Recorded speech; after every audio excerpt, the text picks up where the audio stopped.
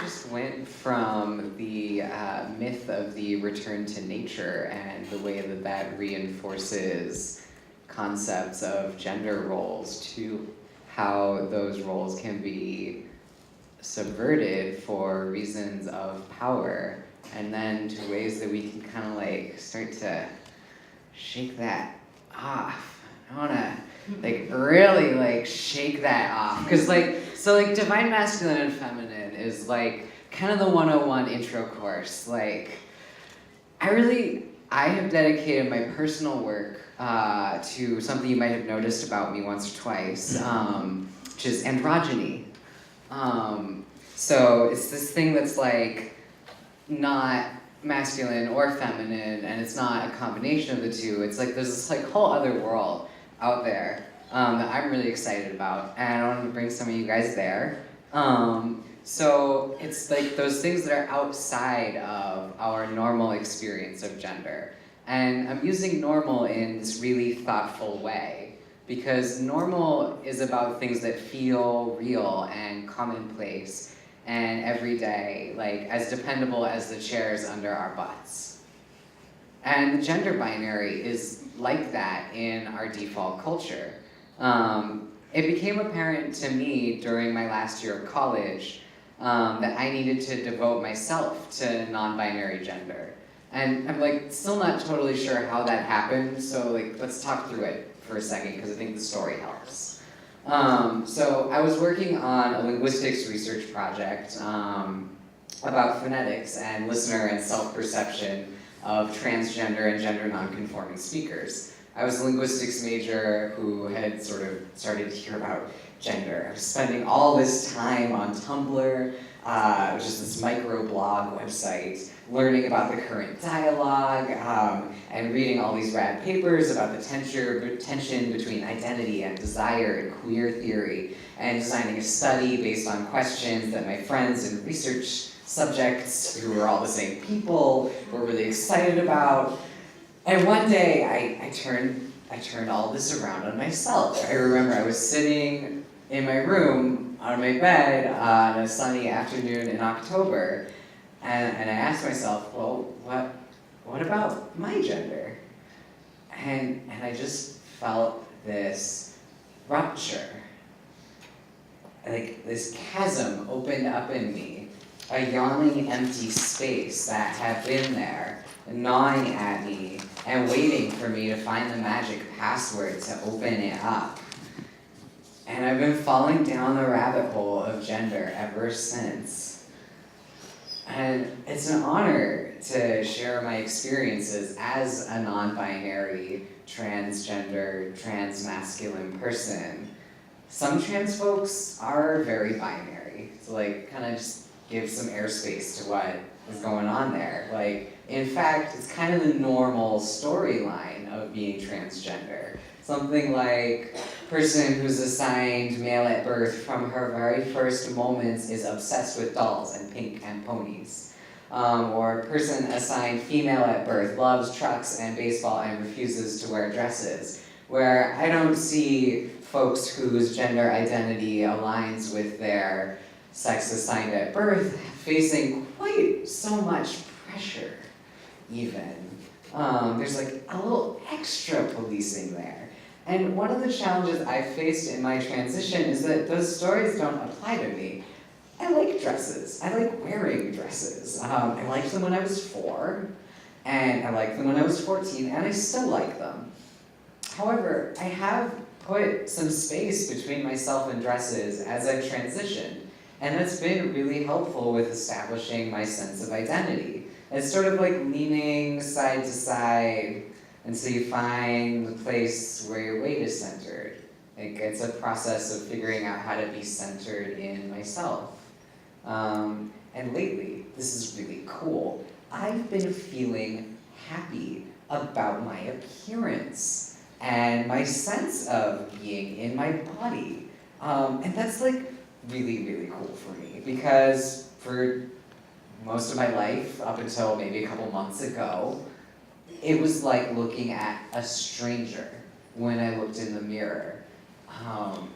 You can't even. And now it's not like that. That's awesome, Jay. I'm really happy that that's where your transition is at. Yeah. Mm-hmm.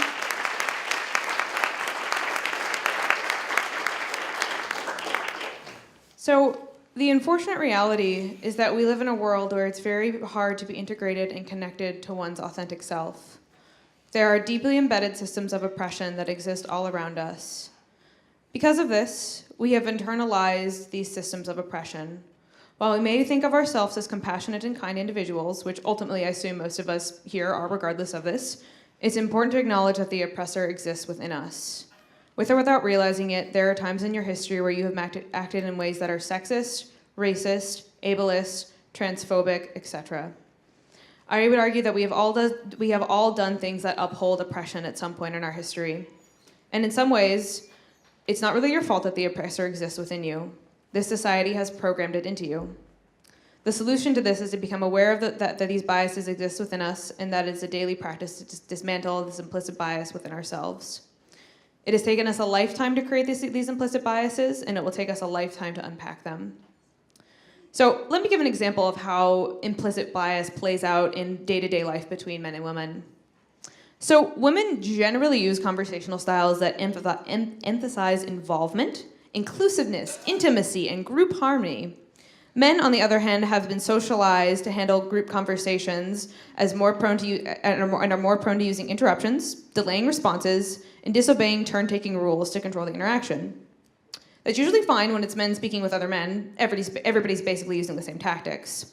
But in group conversations with both men and women, female styles tend to suppress their own needs by deferring to men in order to maintain group harmony, thereby effectively positioning themselves on a lower rung of the social ladder. This happens even when a woman is of a higher social status than a man, such as when a male patient speaks to a female doctor.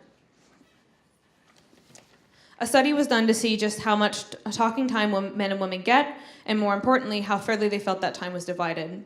Researchers secretly recorded conversations between academic men and women, and when the participants were interviewed afterward, all of the women felt that they had received their fair share of time, even though their actual speaking time ranged from as little to 8% to at most 42%. Meanwhile, the men complained that they had not gotten their fair share of talk time, even when they dominated up to 75% of the conversation.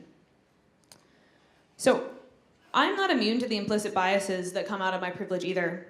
One way my implicit bias affected me was when I was at Psychedelic 2013, looking at visionary art with Jay. One of the things that Jay pointed out to me that all of the visionary art we saw there only displayed images of male and female paired couples in sacred union. Because of my privilege as a cis female who has only been in relationship with men, I never had to notice the lack of representation of non-heterosexual couples. So this is where the PowerPoint was going to come in, and it was going to be great, but I was going to give examples that most of the visionary art that I see only shows people in the communities that I'm interacting with is unrealistic beauty standards for men and for women, all straight couples. I could not find so I'm sure most of us who are familiar with sacred art have probably at this point seen like the standard like men and women, they're probably boning, they've got like the sacred geometry around them. Never ever see this with gay couples. And in most of all of these images, they were mostly all white. If I do see a person of another race, it is often to make it clear that it is meant to be an exotic image. Their race is used to define their otherness, and it is used as an accessory. I very rarely simply see an image of a black man or woman that is simply portraying them as any other human being we may encounter in our day-to-day lives, with some, sacred geometry flown in around them. And then along with that too, I never see images of a person in a wheelchair. I never see images of a person with a cane or anything or missing a limb. It's all fully able, perfect white bodies. This is mostly what I'm seeing in our art. And so there's kind of like, what's wrong with that imagery? Like, why is that troubling? And there's a lot, but one of the reasons is the way that reinforces storylines that limit our ability to actually like be the people we actually are. So one of the stories that we hear a lot is that men and women are equal now. Well, there's a couple sides to this. It's not just about men and women.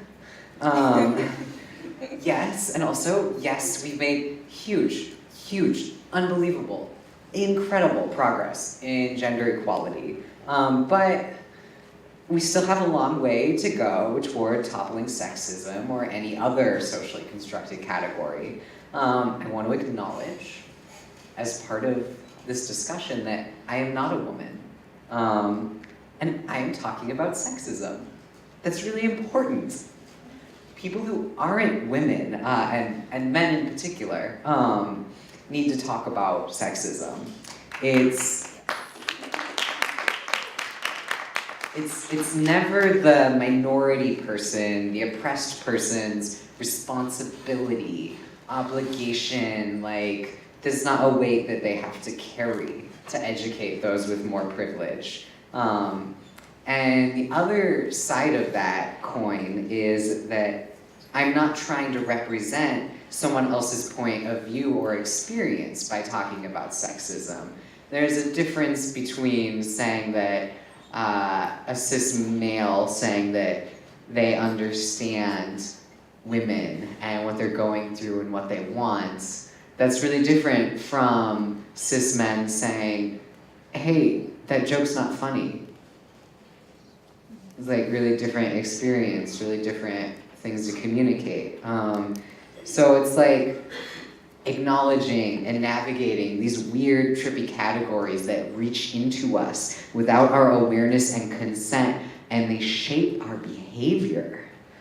And my hope in the work that Katie and I are doing here, and that I've been hearing from so many other speakers this weekend, is to shed a little bit of light on this shadowy part of us, and to make it just a little easier to understand and talk openly about how gender affects us. Sexism isn't rare, and it isn't always obvious.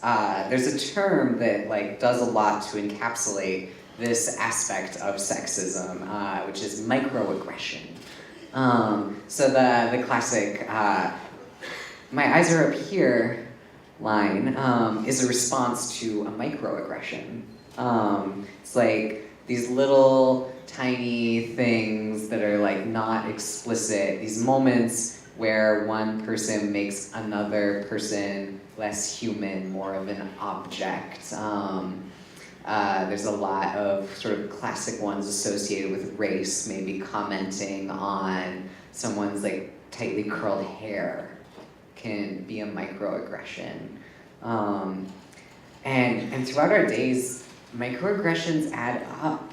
So suddenly, you're just like, I can't take this anymore. And if you're in an especially sensitive psychic space, if you're experiencing emotional turmoil, you're dismantling your relationship with systemic oppressions like sexism, or in particular, if you're tripping, microaggressions can be especially upsetting. The important thing to remember is that although we sometimes say and do unintentionally sexist things, the challenge of apologizing and learning from our mistakes is worth it.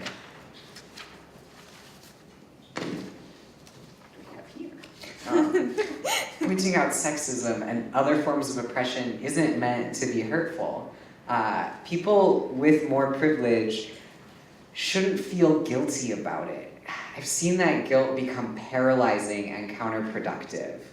Privilege makes it easier to do a lot of things, like access higher education, to get and change jobs, to walk alone at night, to get more lenient sentencing for the same crimes, to wear clothes that represent your identity. The list goes on and on. And it's possible to even leverage privilege for positive change, like men talking to other men about sexism. And it's also possible to make talking about things like sexism fun and funny. So one of the things I like to do is, this happens to me almost every day at work. And I'm not always up for doing this much energy, kind of putting this much out at work. But somebody says, "What's up, bro?" all the time. So I've studied this interaction because I always thought that it was like an invitation to talk about my day and how I was feeling. But no, the appropriate response to "What's up, bro?" is "What's up?" Weird ritual. Or "Hi." Hi is okay. What you're not supposed to say is, "Well, since you asked." Like, that totally not what you're supposed to do. People are just like so unsettled. They're just like, why are you doing this thing? Like, it's hilarious, and it totally undermines this like masculinity, like masculine power game, like bro club thing that's going on when someone's like, "What's up, bro?" See how fun that was to deconstruct? See, yeah, it's great. So I love finding these fun ways to make the impact of sexism more visible because it makes it easier for people to understand and approach and feel less guilty and not feel overwhelmed and go out and like do these like ridiculous kind of flamboyant things and dress across gender lines or whatever it is they feel like doing. So speaking of calling people bros and dudes, in the presence, those of you who know me know that I'm guilty of doing that. My core volunteers. One way I'm working to let go of internalized sexism is to remind myself not to call people bros and dudes and to make my language more inclusive. Now, I want to focus a little bit more on the experience of guilt that comes out of our privilege. While it is true that guilt is very real when we become aware of our privilege, one thing that's important to note is that this guilt doesn't actually do anything to dismantle systems of oppression that are creating it.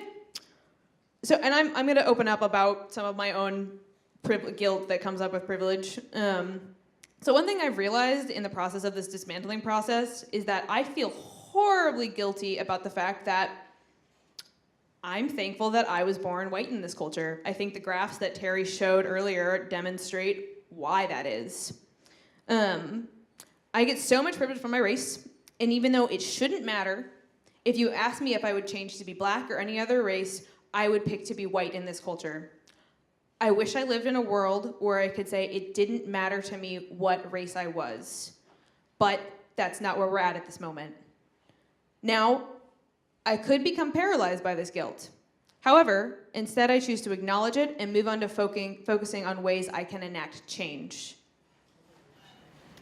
So, if you feel pretty good about how far gender and racial equality has come, hell yeah. And don't lose sight of how far we have to go. Use your mindfulness, your loving kindness, these tools that we get about taking care, and use it to speak from the heart about those small moments when cultural conditioning speaks through you or someone else. And like Katie and I wanted to share some ways that you can do this. One of them is by using less objectifying language for women and other minorities, or discuss gender roles in your romantic relationships. Dress a little bit across gender lines. Speak up when you hear a sexist or otherwise oppressive joke. Be aware of and honor cultures that are the sources of some of our favorite practices, like yoga, qigong, and plant medicine ceremony. Throw a conference about psychedelics because you support cognitive and spiritual liberty, and then get on stage and talk about sexism. So how do we do things like that and still take care of ourselves? Big, important part of doing this kind of work. And some of the ways that I keep up my energy and sense of perspective are by regularly clearing my mind with time in nature, reading anti-oppressive books and blogs, and spending time in nourishing anti-oppressive spaces. I also think psychedelics have a wonderful role to play in moving our individual efforts forward. One of my personal favorite things about entheogenic experiences is their potential for direct experience of non-duality, this kind of transcendence of category. On a spiritual level, it feels like the difference between you and me, self and other, human and divine, natural and technological, beautiful and grotesque, that these differences melt away. And socially, it can feel like a lessening of culturally constructed categories and the conditioning that goes along with them. Through this kind of non-dual state, I've gained a lot of insight into my own internalized oppressive thinking and behavior. I felt the arbitrariness of gendered categories, and I found that experience to be very revealing. Gender is kind of interesting in that one can be transgender. You can't do that with most other categories, and I still don't know why that is. I had to come to accept a few other people's trans and non-binary gender identities before I started to explore my own. None of that was easy. I met trans people whose experiences I just didn't understand. I turned to the internet in search of narratives I could relate to. One of the first things that I found that really made sense to me was people who put an asterisk after the word trans to show that it was a term that included a range of experiences, from inklings of gender nonconformity to radical gender outlaws to unassuming binary trans people. And I found myself rewriting my own narrative. I had lived this story of being a girl, learning that I liked guys, always feeling queer, but figuring that was just latent bisexuality that was so common in women, and being uncomfortable but assuming everyone felt that way.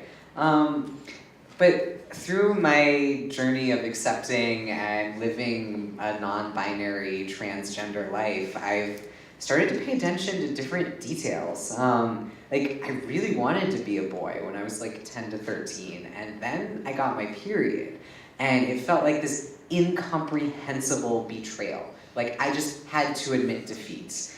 And then I started liking boys, and what did these boys like better than a cute girl? And I was really good at being a cute girl. So I disappeared into that. And it was only through stumbling upon a crush on a boy who came out to me as trans did I start to turn this world inside out. And I'm not sure which story is most true, the one I lived at the time of being a mostly straight girl, or the one I understand now about oppression and lack of information.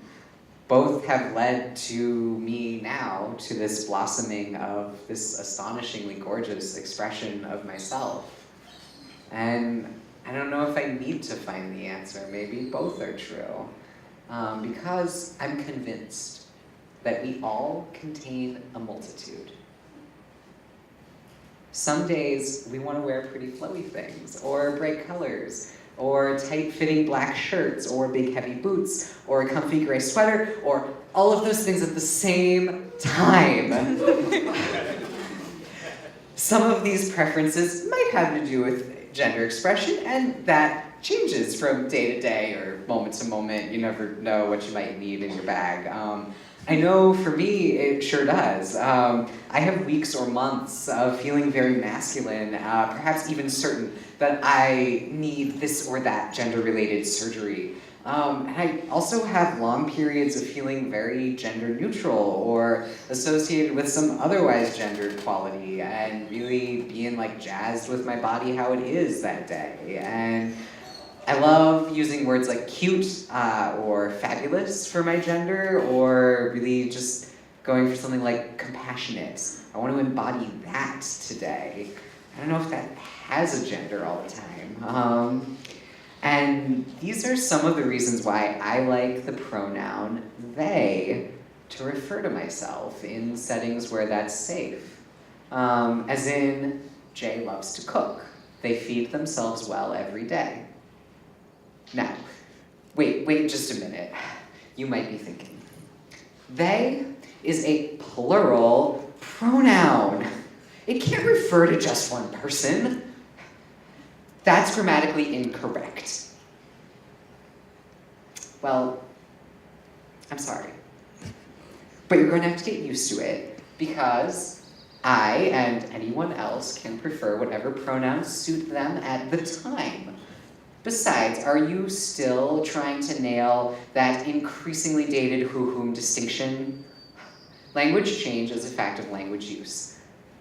I majored in linguistics, I get to say that.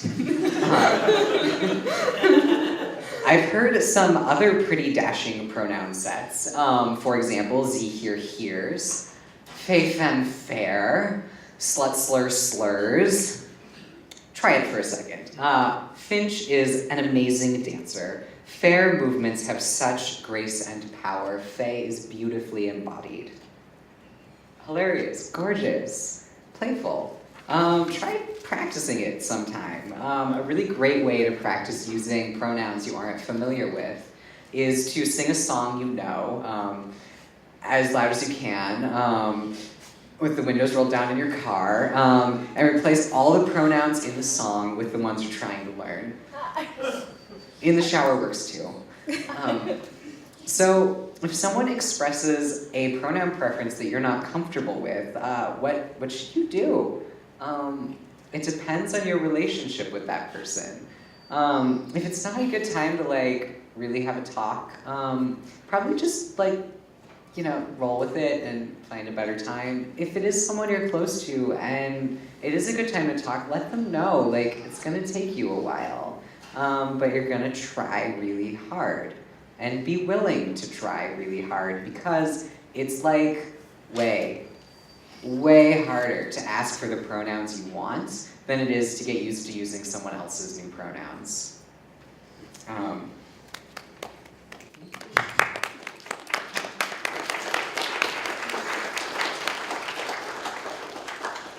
And I've gone through all of the resistance and excuse making in myself. I have a ton of empathy for how hard it is to understand and adjust to this crazy gender fucking world of queer meaning making. It was really hard for me to come out to people at first. Spending hours crying, trying to get a word in, out of myself, and I just felt like people wouldn't take me seriously, and I had all this shame that I had worn dresses and liked it, and that I'm feminine and flamboyant and prancing and fey, that I don't want to be male or female, that I am mostly attracted to masculine of center people, because why would you transition to be a gay man? I had all these stories about this normal, cis, straight, binary, gender, hegemonic monster living inside me. And it was really scary. It still is, scary to be transitioning, and really scary to want to do that in psychedelic community. I wasn't seeing people who looked like me. I wasn't seeing art that represented my feelings or experiences. And I had a turning point in feeling safe and accepted, actually at an event that Hez put on last year. It was one of the first times that I was really presenting androgynously in a way that others found compelling. And I had an amazing reception. I connected with a lot of people as an androgynous person, and I really kind of titillated some folks with one of my favorite quotes from Tumblr. I don't care if you can tell if I'm a boy or a girl. I just want you to be confused and slightly turned on. and getting to the point where I could talk about all of this with laughter and joy and share the richness that it's brought to my life has been a huge process for me. I've been hurt by heteronormative patterns. Particularly, I like to think of how our relationships should be. I lived as a cis female for 22 years of my life, and I mostly had intimate sexual relationships with cis men and people who are masculine of center. And the social programming of the normal straight relationship really hurt me in those spaces. I have had cis male partners, cis. Vocab word, we forgot to define that. It's important, right? Cis. So transgender, that word was developed in the 1940s and 50s. And there was an interest in having a word to indicate people who weren't transgender. And so it was pulled actually from chemistry. So the opposite of a trans molecule in chemistry is a cis molecule. So we have the term cisgender to refer to people whose gender identity more or less aligns with the sex they were assigned at birth. It's a space to be in. It's not really a box. So vocab word. All right, thanks. Thanks for this little PSA. And so I had these relationships with cis men where I felt like I had to barter sex for emotional intimacy. That is, I would have to offer myself to have sex with this person before we could talk about the relationship or about things we needed to work on or about their day or my day or what we were gonna have for dinner. Really hard. And I really blamed this person for that. I felt awful about it. I felt really victimized by them in a deliberate way. And I've since reflected a lot and come to realize that that was much more of these structural issues that were situated within playing out through us. Or other partners where we get stuck in this pattern of having the same sex each time that we would have sex. And I think one of the things that being queer really offers is this opportunity to kind of break out of that and to play. To paraphrase Bear Bergman, one of my favorite queer writers, I don't want to have a same-sex relationship. I want to have a frequent and creative sex relationship. And to do that takes work and checking in and communication and an open flow of energy and ideas. And these are all really empowering things that are discouraged by this hegemonic monster, by the myth of the ideal relationship, which is something that you don't have to work on. That's just great. But I think that doing the work makes it possible to have that eternally blissful, satisfying space in our intimate partnerships. So when I hear Jay speak, one of the questions that comes to me is wondering, what would I have been like without this gendered conditioning? How do we find our authentic self when culture has told us that we have to be a certain way? I know that for me, in my path in finding authenticity has been to let go of these gender roles and ideas that I cannot possess certain traits as a woman or that I must possess certain traits to be a woman. All human traits exist within me, and I am no longer striving to be an embodiment of the sacred feminine. Instead, I am working towards embodying the most sacred Katie that I can be. So, let's tie this back around to psychedelics. When I think back to my first moment of pure unity that was granted to me through my psychedelic use, there was this overwhelming feeling that all is one. If I am to take this lesson of oneness and to integrate it fully, the answer I have come to is that reducing suffering of all beings is of benefit not only to the others around me, but also to myself. This is a value I see that is strongly represented in psychedelic culture, so much so that I want to believe that we have the ability to help evolve consciousness and change the society we live in to one with more compassion, altruism, caring, respect to nature, and ultimately less suffering. Now that I have learned more about oppression, it is my belief that this evolution can only go so far if we do not work to dismantle oppression within ourselves and others. As long as one of us is oppressed, none of us are free.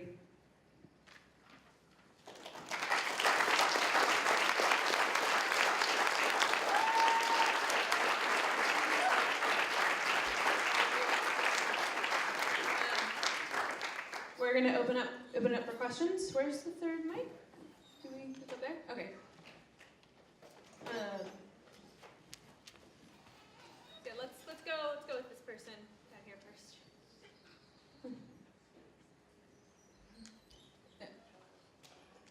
Thank you. Wow, I just really wanted to say thank you so much.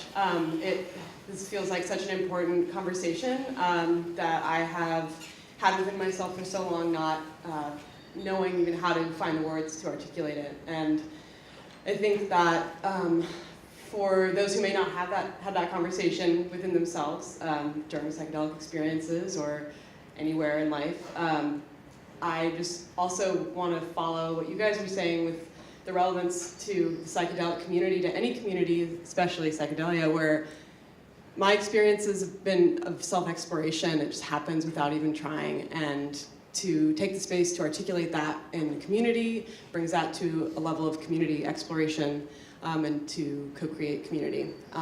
And especially talking about the other and sort of dismantling the other and creating a safe space by seeing beyond the other.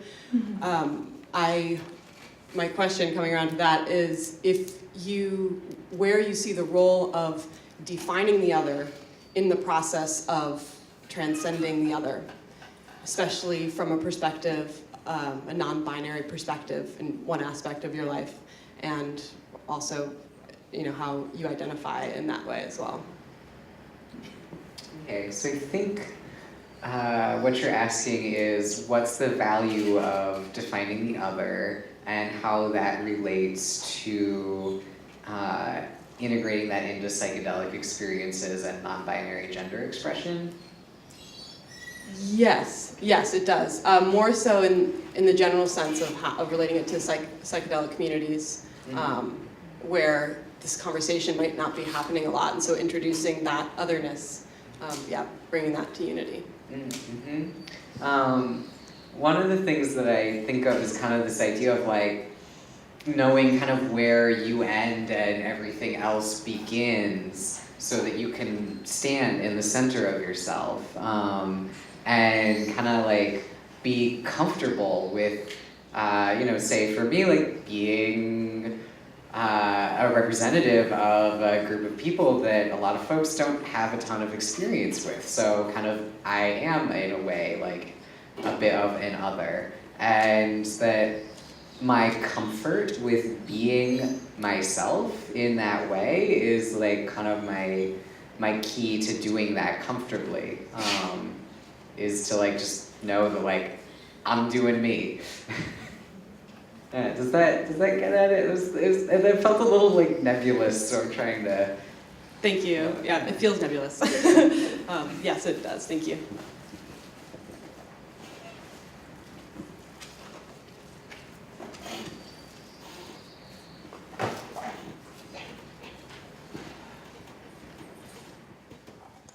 Thank you both so much.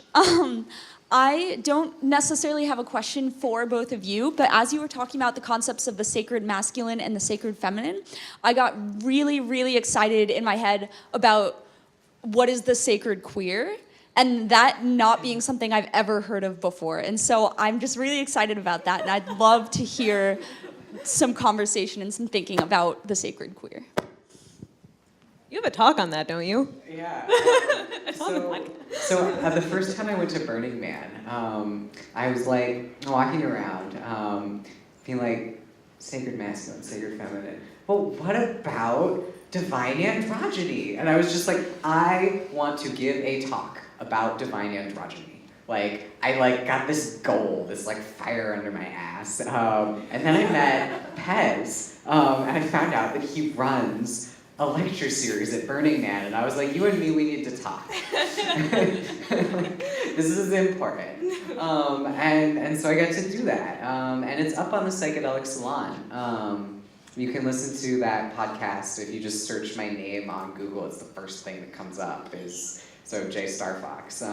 So that talk is out there, and the gajillion people who listen to the Psychedelic Salon have gotten to hear me. Being all like sacred queer, and it's something I almost like would recommend checking out the Radical Fairies. That's where I would go. Beltane's coming up. It's next week. At Wolf Creek in Central Oregon, and that's a really great group of folks to get into that space with. And a lot of it can also come from kind of like personal exploration. Like Katie has realized that she's kind of queer, although she's a cis female, pretty much exclusively sexually attracted to cis men. Katie is a very polyamorous person. And has realized that our relationship as, committed best friends who are like gonna like be together for the rest of our lives in that kind of role, like that's a pretty queer relationship. And it's kind of like pushing the edges of queerness, which I think is kind of part of the point of being queer, is to just keep scooting that along. Yeah, it's queer. Queer up queerness, yeah. Hi, it was a great talk. Could you speak a bit about the biological differences between men and women and how that has informed what could be called or is called the traditional gender roles? Yeah, I have a cool story about that. We were trying to integrate into the talk, so I love that you asked that. So this is kind of speculative. I have no data to back this up. I don't know who came up with the idea. I was like, a friend told me I thought it was nifty. So, one of the things that Katie mentioned briefly was that in the hunter-gatherer societies that exist today, they are mostly egalitarian in terms of gender. So something about agriculture. So agriculture, one of the first implements used in agriculture was the plow. So plow is this like big old thing. It's like as tall as a person. You get like an ox or a zebra to pull it. And like what it does is it turns the earth. And you have to push it down with your hands. So you're like walking behind this ox, like pulling this like big, heavy, like wood, like metal thing into the ground. And so that takes a ton of upper body strength. There aren't very many physiological differences between men and women, particularly if you look across species. The male and female versions of a lot of species are like way different. So in like male and female humans, you have like an 80% size difference on average. You have like a different way of accruing muscle mass, and you have some interesting primary and secondary sexual characteristics. Compare that with like peacocks, where you might not even think those were the same species of bird unless you knew ahead of time. So going back to this muscle mass thing. So someone with testosterone as their primary hormone has a much greater enhanced ability to develop upper body muscle mass. So using a plow is like way easier for them. Men control the means of production. Mm-hmm. So there's like one thing that like there is like just like this tiny physiological difference like spirals out of control, and so you have this like whole structure. Mm-hmm. To speak on that a little bit more too, along with when agriculture came around, so for 95% of human history, we actually haven't been monogamous. If not to rag on monogamy, like monogamy is great for some people. However, once agriculture came around, suddenly it was really important to know who your kids were, because it was like, who's going to take care of my land? So all of a sudden, on top of that too, it's like you have to like have ownership of your wife so that you're able to know who your kids are to be able to take care of your land. Any other questions? Okay, we have one down here, Jess.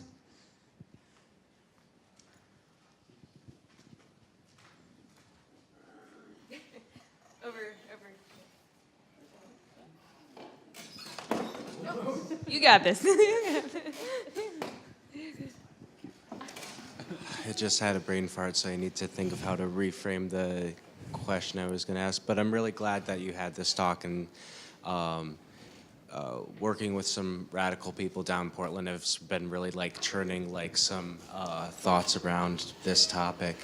And I guess my comment is like, since the whole the binary gender roles have been such like a fundamental part of the structure of our society, with deconstructing them, what do you think is a way of allowing this sort of gender expression freedom to go? And like, how are we going to structure the society without it? Like, and I know it definitely can be done. I just, what is it? It's just hard to like fathom, since it's been so, like a long time since like that's the thing that we do. I think I feel like with issues of gender, you're better qualified. I'm qualified to speak, honestly. Just don't want to Yeah, hog the floor. I understand You that. know, 'cause Yeah, I do have the more masculine presentation. I know. I think your awareness is helpful. Thanks. Yeah. So I think one of the things that's really helpful is that you don't have to like reinvent the wheel. I love the saying smallest committee first. So like say that you're starting to date someone new, and say like, hey, I'm learning about like opening up gender roles, and I'd love to explore some of that with you. Would you want to have a conversation about that sometime? And this person that you're dating is like, yeah, that sounds awesome, and like it could be a really fun thing to do together. And you could like read some articles from like Everyday Feminism and like talk about them together. And kind of like to sure do a little bit of this like larger scale thing of like, what does that look like? We have this shifting dynamic of like who's getting more education. There's more women in college than men in the US.